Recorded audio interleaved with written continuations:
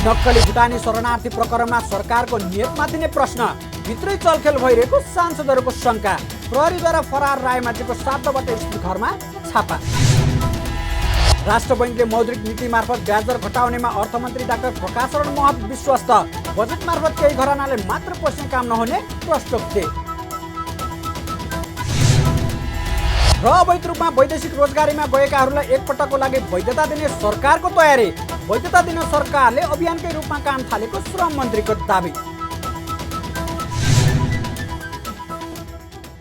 नमस्कार, कारोबार समाचारमा स्वागत छ। अब समाचार विस्तारमा। सांसदहरूले नक्कली भुटानी शरणार्थी प्रकरणमा संलग्न गिरोहलाई बचाउनका लागि चलखेल गर्नेमाथि पनि कडा कारबाही गर्न माग गरेका छन्। नक्कली भुटानी शरणार्थी प्रकरणमा छानबिनका घटनाक्रमले शीर्ष दलका नेताहरूको नियतमाथि नै प्रश्न उठिरहेका बेला सांसदहरूले भने उक्त प्रकरणमा संलग्न गिरोहलाई बचाउनका लागि चलखेल गर्नेमाथि पनि कडा कारबाही गर्न माग गरेका हुन्। मङ्गलबार प्रतिनिधि सभा बैठकको शून्य समयमा बोल्दै सत्तारूढ प्रमुख घटक नेपाली काङ्ग्रेसका सांसद तेजुलाल चौधरीले नक्कली भुटानी शरणार्थी प्रकरणमा संलग्न गिरोहलाई बचाउनका लागि चलखेल भइरहेको उल्लेख गर्दै उनीहरूमाथि पनि कडा कारबाही गर्न सरकारसँग माग गर्नुभयो। उहाँले यो प्रकरणको निष्पक्ष छानबिन गरी सबै दोषीलाई कारबाहीको दायरामा ल्याउन माग पनि गर्नुभयो। गृह मन्त्रालयका जसले देशमा शान्ति सुरक्षा राख्दछ त्यसको अस्तित्व हेर्दाखेरि शरणार्थी भुटानी शरणार्थी बनाएर प्रकरणको ठुलो काण्ड भएको छ। त्यही मन्त्रालय अन्तर्गत थुप्रै काण्डहरू हुँदाहुँदै यो ठुलो काण्डको रूपमा आइराखेको छ। त्यस कारणले आज भोलि पत्र पत्रिकामा सामाजिक सञ्जालहरूमा व्यापक रूपमा सदनदेखि सडकसम्म व्यापक रूपमा शरणार्थी अमेरिका पठाउने विषयमा अगाडि बढिरहेको छ। म के आग्रह गर्न चाहन्छु, यो ठगी प्रकरणलाई यो गिरोहलाई जुन किसिमको अहिले चलखेल चलिरहेको छ त्यसलाई पनि कडाभन्दा कडा कारबाही गर्न म जोरदार माग गर्न चाहन्छु। बैठकमा प्रमुख प्रतिपक्ष नेकपा एमालेका सांसद ठाकुर प्रसाद गैरेले पनि यो प्रकरणमा संलग्न सांसदहरू सदनमा बोलिरहेको उल्लेख गर्दै उनीहरूलाई किन पक्राउ नगरिएको भनी सरकारलाई प्रश्न समेत गर्नुभयो। उहाँले पक्राउ पूर्जी जारी गरिएका सो प्रकरणमा आशंका गरिएका माथि छिटोभन्दा छिटो छानबिन गरी कारबाहीको प्रक्रिया ल्याउन सरकारलाई सचेत गराउनुभयो। सांसद गैरेलले यो प्रकरण जघन्य अपराध देशद्रोही काम भएकाले दोषीलाई कुनै पनि हालतमा उन्मुक्ति दिन नहुने स्पष्ट पार्नुभयो। सामान्य सभामुख महोदय, नेपाली नागरिकलाई भुटानी शरणार्थी बनाएर विदेशमा पठाउने र त्यसबापत करोडौँ असुल्ने भ्रष्टाचार गर्ने जघन्य अपराध हो। यो भ्रष्टाचारजन्य जघन्य अपराध मात्रै नभएर यो राष्ट्रघात हो, देशद्रोही काम हो। त्यसकारणले यस्तो काममा संलग्न मानिसहरू छिटोभन्दा छिटो कारबाहीको प्रक्रियामा ल्याइनुपर्छ, कारबाही गरिनुपर्दछ। प्रतिपक्ष दल राष्ट्रिय स्वतन्त्र पार्टीकी सांसद डाक्टर तोसीमा कार्कीले पनि सो प्रकरणमा देशका ठुल्ठुला निकाय र राजनेताहरू नै संलग्न रहेको आरोप लगाउँदै आक्रोश व्यक्त गर्नुभयो। उहाँले सबै सांसदहरूको सम्पत्ति संसद सचिवालयको वेबसाइटमा तत्काल सार्वजनिक गरी उनीहरूको सम्पत्तिको स्रोत खोज्न पनि सभामुखले निर्देशन दिन माग गर्नुभयो। माननीय सभामुख महोदय, प्रश्न छ, यो सदन देश निर्माणको छलफल गर्ने ठाउँ हो कि एक भ्रष्टाचारीले अर्को भ्रष्टाचारीलाई जोगाउने प्रहसन स्थल हो? नेपाली नागरिकलाई भुटानी शरणार्थी बनाएर विदेश लैजाने काममा देशका ठुला निकाय र राजनेताहरू संलग्न भएको कुरा बाहिर आइरहेको छ। प्रहरीद्वारा पक्राउ पूर्जी जारी गर्दा समेत जोगाउन खोजिएको छ। एकले अर्कालाई जोगाइरहने, काण्ड गरिरहने अनि यो देश डुबाइरहने, अन्तर्राष्ट्रिय जगतमा समेत राष्ट्रलाई नै राज्यलाई नै दलाल स्थापित गर्ने अनि के मुखले अनुदान माग्न जाने? एक महिला माननीय संसदज्यूले भन्नुभयो टेप काण्डको अनुसन्धान माग गर्दा महिला विद्रोही भयो, महिला हिंसात्मक भयो। मलाई उत्तर दिनु पर्यो, भ्रष्टाचारमा कहाँनिर लिङ्ग जोडिएको हुन्छ? भ्रष्टाचार मात्र होइन, यहाँ चिनारी फेरेर राष्ट्रघात भएको छ, अपराध भएको छ, कारबाही हुनुपर्छ। सम्पत्ति सार्वजनिक गर्ने कुरा पनि उठ्यो। हामी सम्पूर्णले यो सदनलाई सम्पत्ति विवरण बुझाइसकेका छौँ। आजै तत्कालै वेबसाइट मार्फत सम्पत्ति विवरण सार्वजनिक गरियोस् र कर सहितको स्रोत खोज्न पनि निर्देशन दियोस्। बैठकको शून्य समयमा बोल्ने अन्य सांसदहरूले पनि उक्त प्रकरणमा संलग्न जो कोही भए पनि कारबाहीको दायरामा ल्याउनु पर्ने माग पनि गरेका छन्।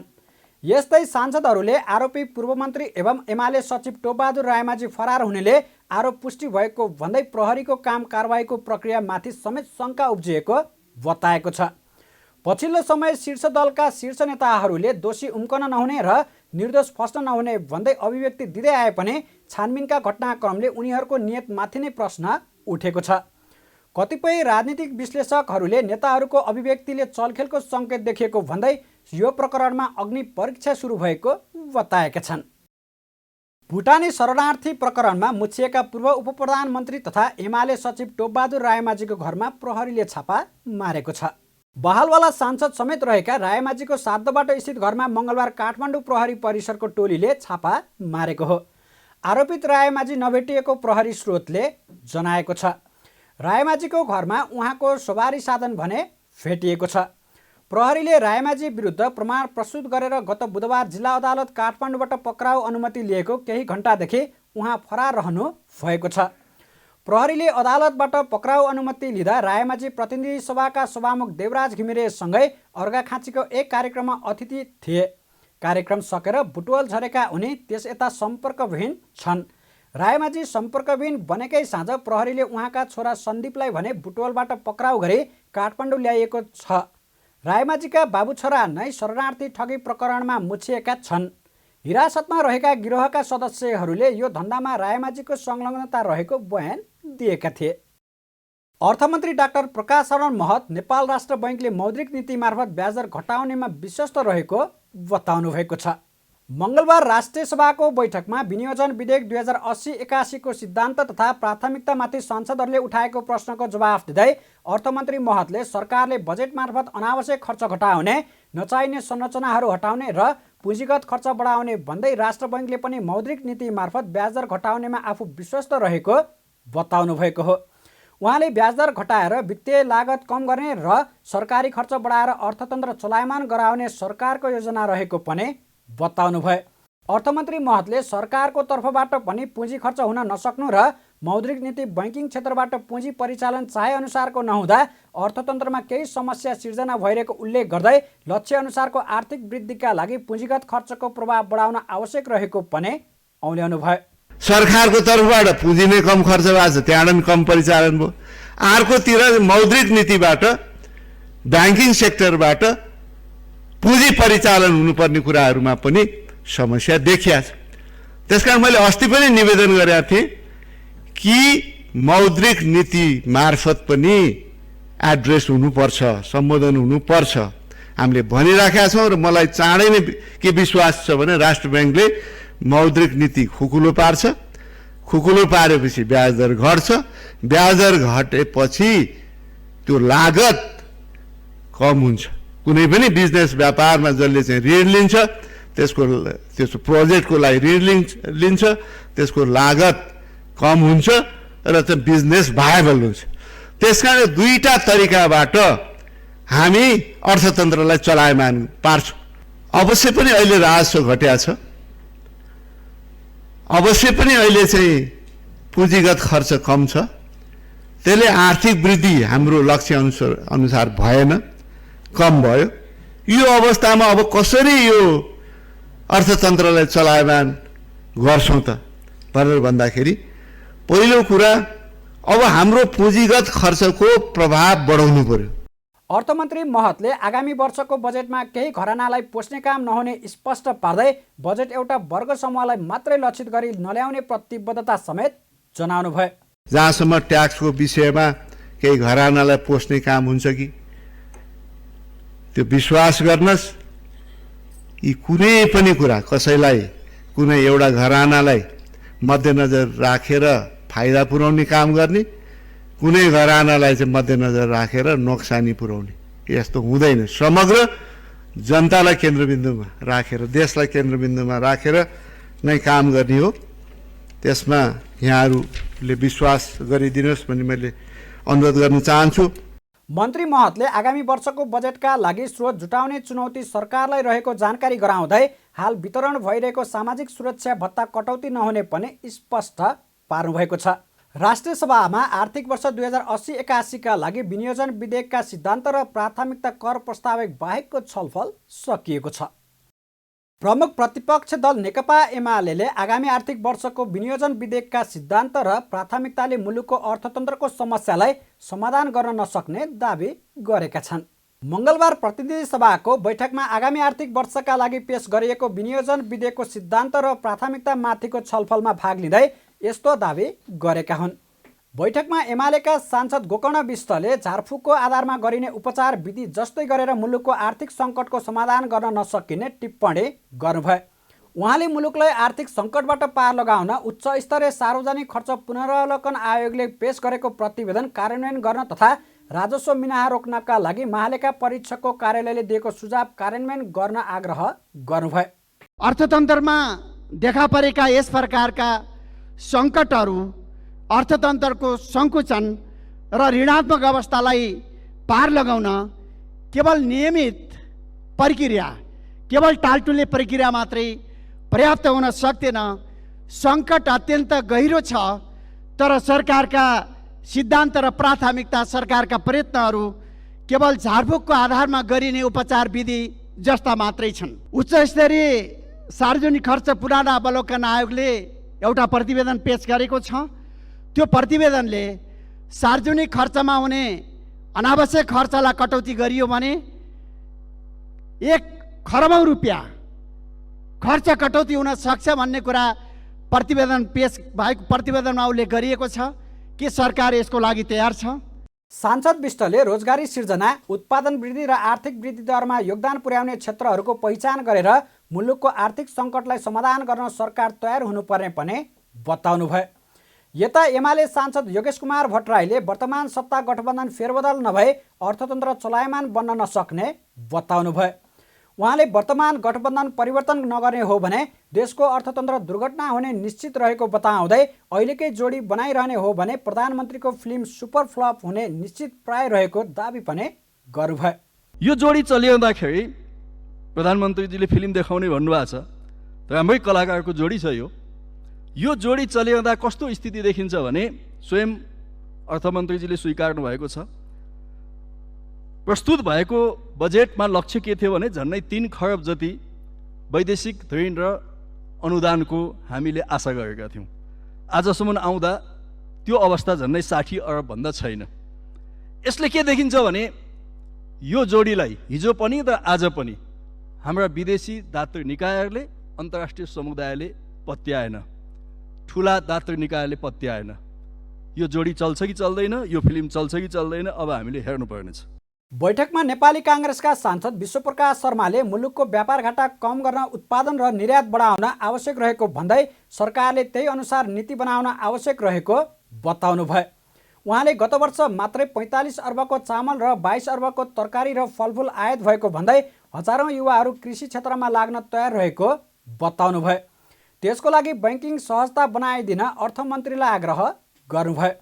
सांसद शर्माले अमुक उद्योगमा अमुक दलको झोली भर्ने खालको मनोविज्ञानबाट मुक्त हुन आवश्यक रहेको पनि बताउनुभयो। मेरो अपिल र आग्रह छ, सरकारले लहरको भरमा, राजनीतिक नेतृत्वले सोचेको भरमा मात्रै होइन, विज्ञहरूले प्रक्षेपण गरेको, विश्लेषण गरेको त्यसले प्रतिफल दिन सक्छ कि सक्दैन भन्ने मूल्याङ्कन गरेको जगमा मात्रै यसलाई बजेटमा समाहित गर्ने कर्म गरौँ। 8औं न्यून पुँजीगत खर्च गर्न सकिएको स्थिति छ। यसको लागि कानुनी बन्दोबस्त गर्ने भनेर अघिल्लो नीति तथा कार्यक्रममा आयो, तर कानुन आएन। सम्माननीय सभामुख महोदय मार्फत यो कानुन निर्माण गर्नमा सरकारलाई अपिल र आग्रह गर्न चाहन्छु।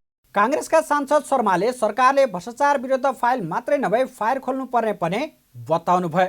उहाँले सरकारले ल्याएको भ्रष्टाचार नियन्त्रण ऐन 2059 को संशोधनमा भ्रष्टाचारको छानबिन गर्न 5 वर्षको हदम्यादको प्रस्ताव राख्नु शून्य सहनशीलताको नीतिसँग विरोधाभास हुने भन्दै हदम्याद राख्ने कुरामा सहमति हुन नसक्ने पनि स्पष्ट पार्नुभयो। कुनै इफ, कुनै बट, कुनै किन्तु, कुनै परन्तु नगरिकन भ्रष्टाचारको छानबिनको सन्दर्भमा राज्यले कठोरतापूर्वक जानका लागि कुनै पनि हदम्याद राख्ने कुराबाट सरकार पछि सर्नुपर्छ। यो राख्ने कुरासँग सहमति हुन सक्दैन। यो बेलामा यहीँनिर भुटानी शरणार्थीको सन्दर्भको जो फाइल खोलिएको छ यसलाई निष्कर्षमा पुर्याउनु पर्छ भन्ने कुरा पनि म अपिल र आग्रह गर्न चाहन्छु। भ्रष्टाचारका विरुद्ध फाइल मात्रै होइन, फायर खोल्नुपर्छ मलाई लाग्छ राज्यले, र त्यसको लागि चाहिँ सँगैमा एउटा दृष्टिकोण पनि बनाउनुपर्छ। निर्दोष कोही फस्नुहुन्न र दोषी कोही बच्नु पनि हुन्न।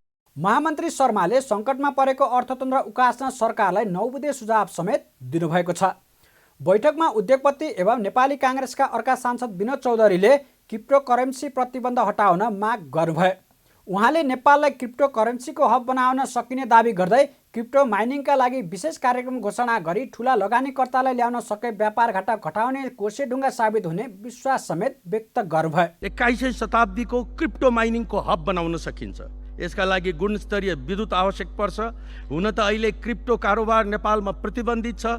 यसैले क्रिप्टो माइनिङ गरेर निर्यात गर्छ भने त्यसमा प्रतिबन्ध लगाउनु जरुरी छैन। हामीले यसका लागि विशेष कार्यक्रम नै घोषणा गर्न सक्छौँ र ठुला लगानीकर्तालाई ल्याउन सक्छौँ। यो पनि हाम्रो व्यापार घाटा घटाउने कोसेढुङ्गा साबित हुन सक्छ। यस्तै सांसद चौधरीले नेपालमै विद्युत खपत गर्ने गरी प्राथमिकतामा राख्नु परेमा समेत जोड दिनुभयो। बैठकमा जनता समाजवादी पार्टी नेपालका अध्यक्ष उपेन्द्र यादवले भने आगामी वर्षको बजेटमा सरकारले कृषिलाई पहिलो प्राथमिकतामा राख्नुपर्ने सुझाव दिनुभयो। उहाँले पर्यटन क्षेत्रको प्रबन्धन गर्न सके पनि केही मात्रामा आर्थिक समस्या समाधान गर्न सकिने उल्लेख पनि गर्नुभयो। मधेसका जिल्लाहरूमा हरित यानि कृषि क्रान्ति तथा पहाडी र हिमाली क्षेत्रमा पर्यटन प्रवर्धन गर्ने एउटा ठुलो अवसर आएको छ। श्रम तथा औद्योगिक क्रान्तिलाई अगाडि बढाउने, जलस्रोतको प्रभावकारी उपयोगलाई अगाडि बढाउने यी अवसरहरू रहेका छन्।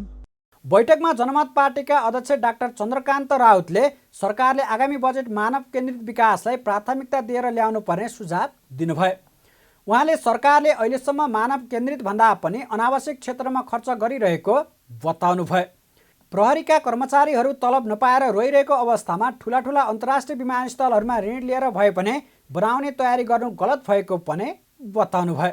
प्रहरीहरू रोइराखेका दृश्यहरू पनि देखिराखेका छौँ। अस्पतालको बिजुली काटिएको छ र नागरिकहरूको कतै अस्पतालको उपचार खर्च तिर्न नपाएर उनीहरूको लास बन्धक राखिएको अवस्था पनि छ। 8%मा प्रक्षेपण गरिएको आर्थिक वृद्धि दर 2%भन्दा कममा हामीले पाएका छौँ। तिर्नै पर्ने ऋण पनि 2 खरबभन्दा बढी नै छ, यसपालि नै तिर्नुपर्ने। र आर्थिक सुधारका लागि सरकारले हामीले समाचारमा पढ्यो 48 अरबको ऋण पनि सरकारले लिइराखेको छ। ऋण लिएर त्यसलाई यो किनेर अनि त्यसलाई चाहिँ खोलामा बगाउने काम भइराखेको छ र त्यो नै हुँदै आएको छ हाम्रो अर्थतन्त्रमा अहिलेसम्म। बैठकमा सांसदहरूले शिक्षा, स्वास्थ्य, रोजगार, आन्तरिक उत्पादन वृद्धि लगायत क्षेत्र विशेषलाई ध्यान दिएर बजेट ल्याउन सुझाव पनि दिएका छन्। वर्षेनी बाढी र डुबानको चपेटामा पर्दै आएको कञ्चनपुरको दोधारा चाँदनीमा सेफ हाउस निर्माण हुने भएको छ। सेफ हाउस नहुँदा विशेष गरी महाकाली नदी र जोगबुढा नदीमा आउने बाढीका कारण वर्षेपछि डुबानमा पर्दै आएको छ। नुर पन्तको एक रिपोर्ट। कञ्चनपुरको दोधरा चाँदनी नगरपालिकाका अधिकांश बस्तीहरू प्रत्येक वर्ष बाढीले प्रभावित हुने गरेका छन्। विशेष गरी महाकाली नदी र जोगबुढा नदीमा आउने बाढीका कारण वडा नम्बर 2, 3, 4, 10 वर्षैपिच्छे डुबानमा पर्ने गर्छन्। महाकाली नदीमा बाढी आएका बेला जोगबुढा नदी थुनिएर वडा नम्बर 10 कुतिया कबर डुबानमा पर्ने गर्छ। बाढी र डुबानको समयमा नेपालसँगको सम्पर्क विच्छेद हुने कुतिया कबरमा तत्काल उद्धार गर्न पनि कठिनाई हुने गरेकाले सोही स्थानमा अग्लो घर सेफ हाउस बनाउन लागि हो। नगरपालिका, निड्स नेपाल, मर्सीकोर, ज्युरिच बाढी उत्थानशीलता सञ्जाल र स्थानीयको संयुक्त लगानीमा 36 लाखको लागतमा सेफ हाउस बनाउन लागि नगरपालिकाका प्रमुख किशोर कुमार लिम्बुले विभिन्न सङ्घ संस्थाको सहयोगमा सेफ हाउस बनाउन लागि जानकारी दिनुभयो। यहाँ चाहिँ बाढीको बेला त यो केही पनि देखिन्न, पुरै यो चाहिँ पानीले सम्मै ढाकेको हुन्छ। यहाँ फेरि बस्नुपर्ने उहाँहरूको बाध्यता हो।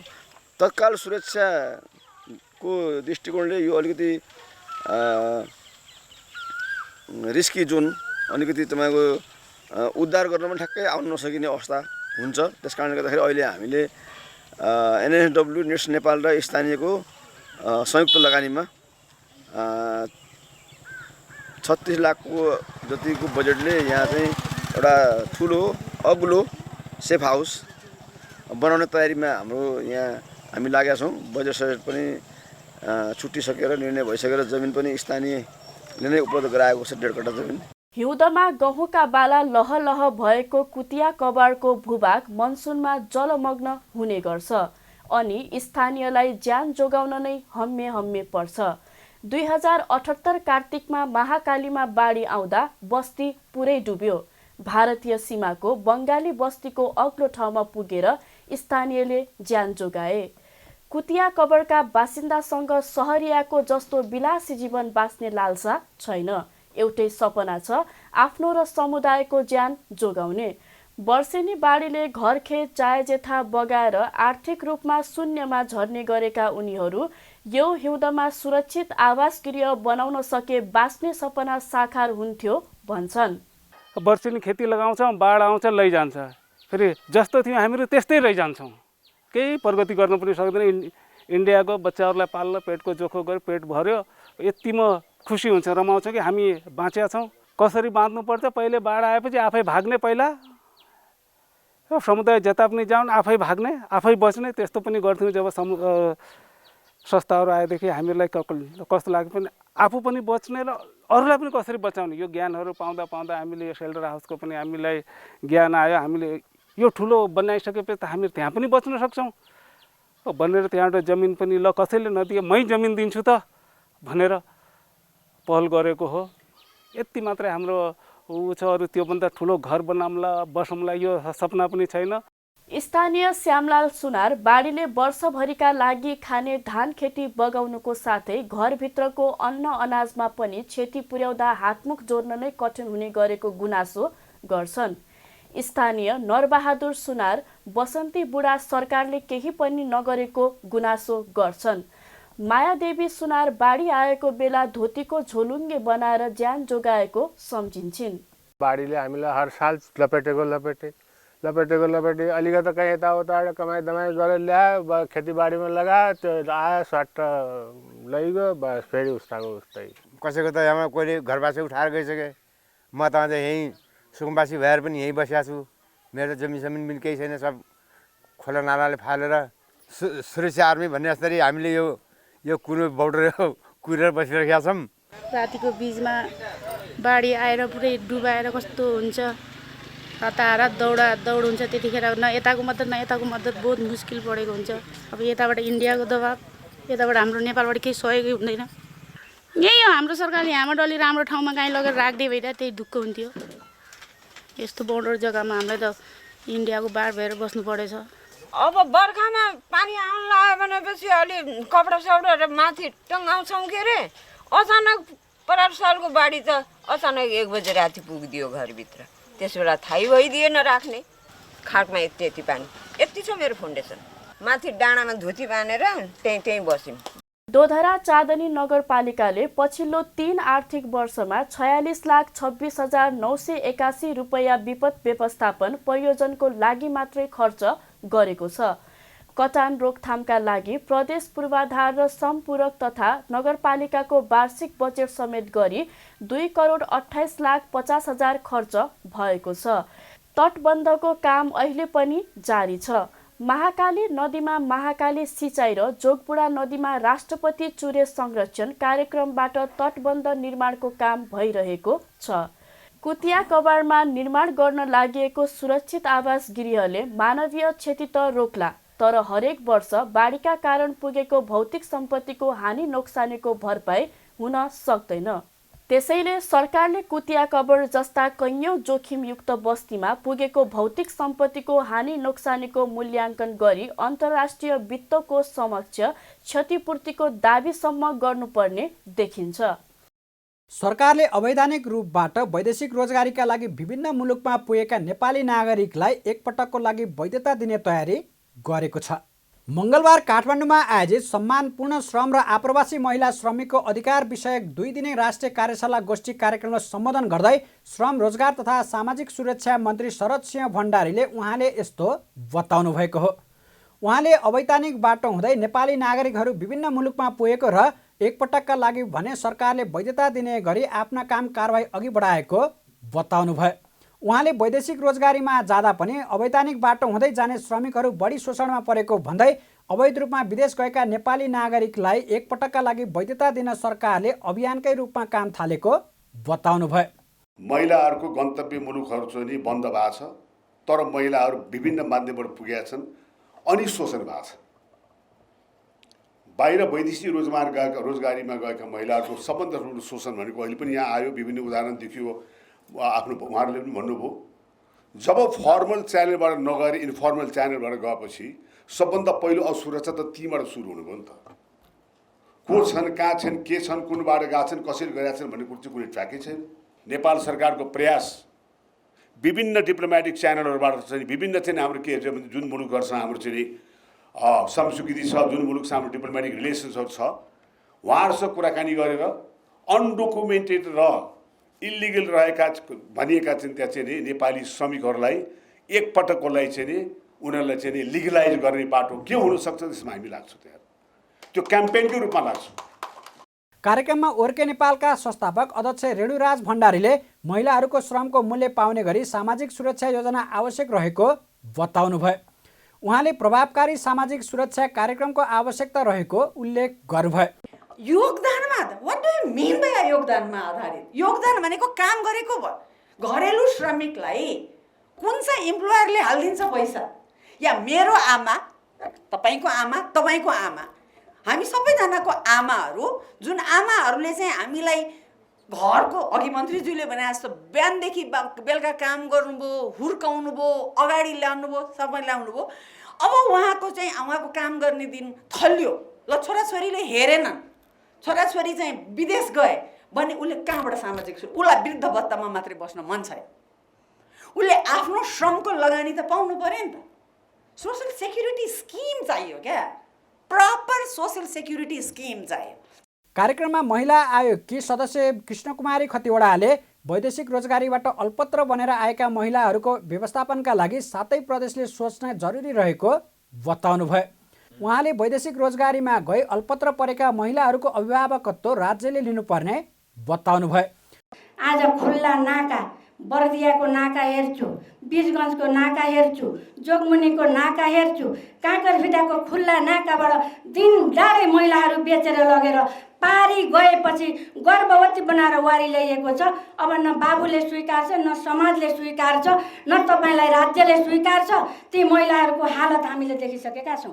अब राष्ट्रिय महिला आयोगले लौ न यो संस्थामा हाम्रो महिला अलपत्र छ भनेर राखिदिनुहोस् भनेर हामीले अनुरोध गर्नुपर्ने अवस्था छ। दाइ, राज्यको भूमिकामा 7 प्रदेशमा महिलाहरू वैदेशिक रोजगारबाट अलपत्र परेर आए भने राज्यले अभिभावकत्व लिनुपर्छ र व्यवस्थापन गर्नुपर्छ। सदस्य खतिवडाले अहिले पनि खुल्ला नाकाबाट महिलाहरू बेचिनुपर्ने अवस्था विद्यमान रहेको प्रति सरकारको ध्यानाकर्षण पनि गराउनुभयो। लगातार घट्दै आएको शेयर बजारमा मङ्गलबार भने दोहोरो अङ्कको सुधार आएको छ।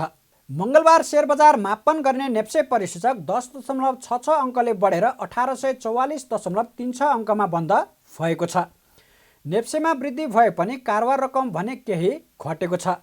सोमबार 82 करोडको कारोबार भएको बजारमा मङ्गलबार भने 77 करोड 48 लाखको कारोबार भएको छ।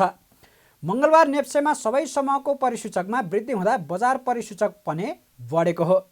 होटल तथा पर्यटन समूहको परिसूचक सर्वाधिक 1.96% वृद्धि हुँदा उत्पादनमूलक समूहको परिसूचकमा 1.36% र जलविद्युत समूहको परिसूचकमा 1.08% वृद्धि भएको छ। मङ्गलबार नेप्सेमा हिमाल दोलखा हाइड्रो पावरको सेयर सर्वाधिक 6 करोड 96 लाखको कारोबार हुँदा शिवम सिमेन्ट्सको 4 करोड 47 लाखको सेयर कारोबार भएको छ। आज कुल 219 सूचीकृत कम्पनीको सेयर कारोबार भएकोमा 161 कम्पनीको सेयर मूल्य वृद्धि भएको छ। 50 कम्पनीको सेयर मूल्यमा गिरावट हुँदा 8 कम्पनीको सेयर मूल्य स्थिर छ। कारोबार भएका मध्ये पिपुल्स हाइड्रो पावरको सेयर मूल्य सर्वाधिक 6.37% वृद्धि हुँदा कालिन्चोक दर्शन लिमिटेडको सेयर मूल्य 4.65% वृद्धि भएको छ। यता युनिक नेपाल लघुवित्तको सेयर मूल्य सर्वाधिक 8.68% गिरावट हुँदा सिटिजन म्युचुअल फन्ड 2 को इकाइ मूल्य 4.32% गिरावट भएको छ। सञ्चार तथा सूचना प्रविधि मन्त्री रेखा शर्माले प्रेस तथा अभिव्यक्ति स्वतन्त्रतालाई सुनिश्चित गर्न सरकार प्रतिबद्ध रहेको बताउनु भएको छ। विश्व प्रेस स्वतन्त्रता दिवसको अवसर पारेर मङ्गलबार काठमाडौँमा आयोजित एक कार्यक्रममा बोल्दै सरकारको प्रवक्ता समेत रहनुभएकी मन्त्री शर्माले पूर्ण प्रेस तथा अभिव्यक्ति स्वतन्त्रताको सुनिश्चित हुने गरी सरकारले आम सञ्चारसँग सम्बन्धित नीति कार्यक्रम बजेट नियमावली तर्जुमा गरी त्यसको व्यावहारिक कार्यान्वयनमा लैजान विशेष ध्यान दिएको पनि बताउनुभयो। प्रेस तथा अभिव्यक्ति स्वतन्त्रता हर क्षण आवश्यक रहेकाले सरकारले त्यसको सुनिश्चित गरेर अघि बढ्नुको विकल्प नभएको उहाँको भनाइ थियो। मन्त्री शर्माले मिडियाको प्रमोसनका लागि सरकारले केन्द्रित भएर काम गरिरहेको दाबी समेत गर्नुभयो। उहाँले पत्रकारहरूको क्षमता अभिवृद्धिका लागि आम सञ्चार प्रशिक्षण प्रतिष्ठान बनाउने कुरालाई अघि बढाएको पनि बताउनुभयो। हामी के कुरामा प्रतिबद्ध छौँ भने हामीले हाम्रो संविधानले गरेको व्यवस्था त्यसप्रति हामी प्रतिबद्ध छौँ र संविधान अनुसार कानुन बन्नुपर्छ, कानुन अनुसार त्यसका नियमावली बन्नुपर्छ र त्यसलाई व्यवहारमा लागू गरेर जान सक्नुपर्छ भन्ने कुरामा हामी सचेत छौँ, प्रतिबद्ध छौँ र यस सन्दर्भमा अहिले हामीले मन्त्रालयकै तर्फबाट पनि एउटा आम सञ्चार सम्बन्धी कानुनहरू बनाउने कुरा, एउटा पूर्ण प्रेस स्वतन्त्रतासँग सम्बन्धित रहेर हामीले यस क्षेत्रमा पत्रकारिता क्षेत्रको क्षमता अभिवृद्धि गर्ने कुरा, यसका निम्ति प्रशिक्षण प्रतिष्ठानका कुराहरूदेखि लिएर हामी सबै यो आम सञ्चार क्षेत्रका सम्बन्धमा संविधानमा उल्लेख गरेर मात्रै, संविधानमा व्यवस्था गरेर मात्रै हुँदैन, यसलाई कानुनी रूप दिन सक्नुपर्छ र कानुनलाई व्यवहारमा कार्यान्वयन गर्न सक्नुपर्छ। त्यसो भयो भने मात्रै हामीले व्यावहारिक रूपमा त्यो कुरालाई अनुभूत गर्न सक्छौँ भन्ने कुरामा हामी अलि बढी सचेत छौँ। मन्त्री शर्माले सञ्चार क्षेत्रलाई पनि अन्य उद्योग सरह बैङ्कबाट लोन लिएर काम गर्न सक्ने अवस्था सरकारले गरेको पनि उल्लेख गर्नुभयो। कार्यक्रममा राष्ट्रिय मानव अधिकार आयोगका अध्यक्ष तपबहादुर मगरले पत्रकारहरूको मानव अधिकार हनन हुन नदिनका लागि ऱ्यापिड रेस्पोन्स टिम बनाएको जानकारी दिनुभएको छ। उहाँले पत्रकारहरूको मानव अधिकारमाथि हनन हुने अवस्था आयो भने सो टिमले फिल्डमै गएर छानबिन गरी उनीहरूलाई मानव अधिकारको प्रत्याभूति गराउने जानकारी समेत दिनुभयो।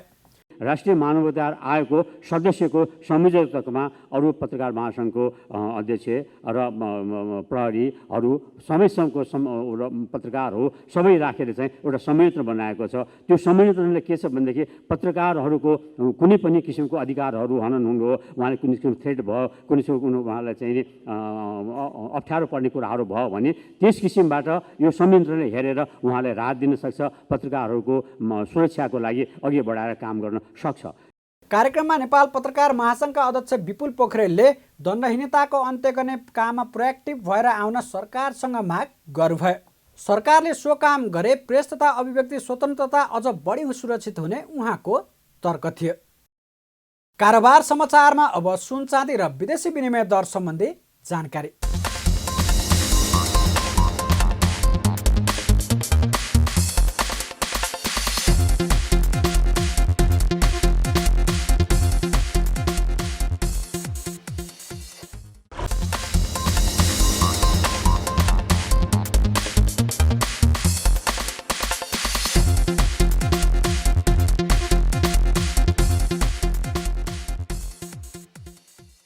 बिदा हुनुअघि अहिलेसम्मका प्रमुख समाचार फेरि एकपटक।